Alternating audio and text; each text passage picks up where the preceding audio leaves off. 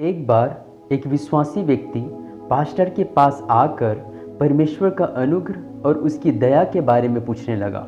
उसने पास्टर से कहा, पास्टर जी, क्या आप मुझे परमेश्वर का अनुग्रह और उसकी दया के विषय में कुछ बता सकते हैं?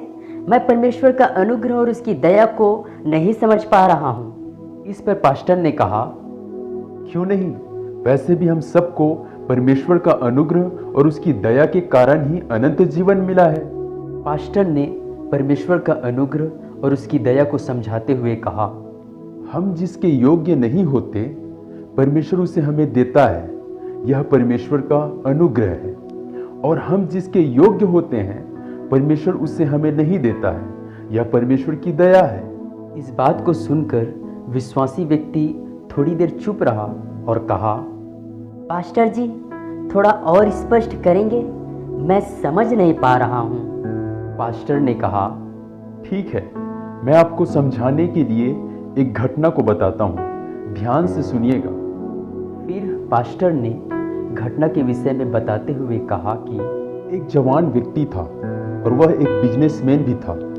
एक दिन किसी काम के सिलसिले में उसे दूसरा शहर जाना था, पर जिस दिन उसे दूसरा शहर जाना था उस दिन वह सोकर थोड़ा लेट उठा और लेट उठने के कारण यात्रा के लिए ट्रेन को पकड़ना थोड़ा मुश्किल लग रहा था। पर जैसे भी हो उसे ट्रेन को किसी भी हालत में पकड़ना ही था। तो वह फ्रेश होकर जल्दी से अपना बाइक निकाला और जिस रोड में उसे 40 या 50 की स्पीड में बाइक चलाना था उस पर वो 70 या 80 की स्पीड में बाइक चला रहा था। और इसी कारण वह एक ट्रैफिक सिग्नल को भी तोड़ा। अब ट्रैफिक सिग्नल को तोड़ने के कारण पुलिस उसके पीछे लग गया। पुलिस ने उसे पकड़ लिया और उससे कहा कि तुम्हारा बाइक को जब्त किया जाएगा, जुर्माना देकर बाइक ले जाना। इस पर वह जवान अपनी पूरी कहानी बताने लगा। वह रिक्वेस्ट करने लगा, सर, मुझे जरूरी काम से दूसरा शहर जाना है, बहुत जरूरी है और मैं बहुत लेट हो गया हूँ। कैसे भी करके मुझे ट्रेन को पकड़ना है। सर प्लीज मुझे जाने दीजिए, सर प्लीज मुझे जाने दीजिए। उस जवान की बातों को सुनकर वह पुलिस उस पर तरस खाया और उससे कहा, एक काम करो, तुम अपना बाइक यहीं छोड़ दो और मेरे कार में आ जाओ, मैं तुम्हें स्टेशन तक छोड़ दूंगा।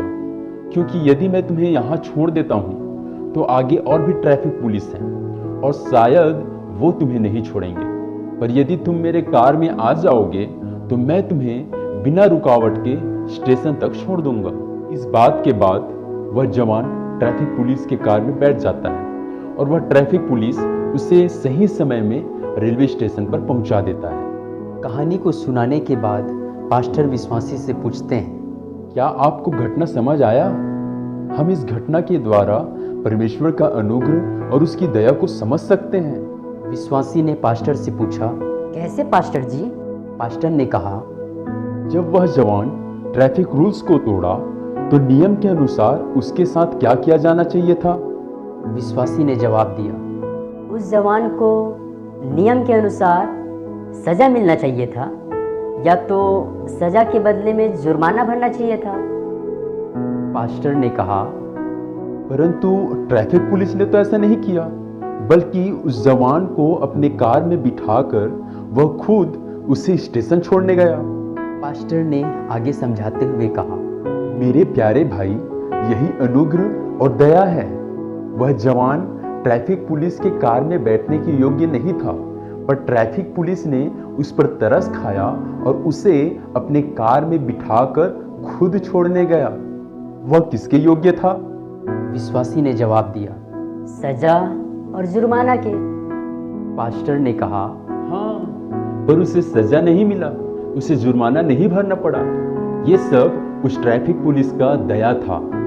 वैसे ही परमेश्वर का अनुग्रह और उसकी दया है। परमेश्वर अपने अनुग्रह में हम जिसके योग्य नहीं होते उसे हमें देता है, जैसे अनंत जीवन।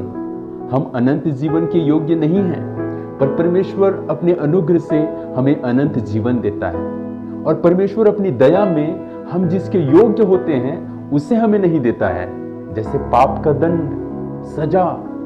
नियम के अनुसार हम पापियों को सजा मिलना था, दंड मिलना था, पर परमेश्वर ने हमें दंड नहीं दिया क्योंकि उसने हम पर दया किया।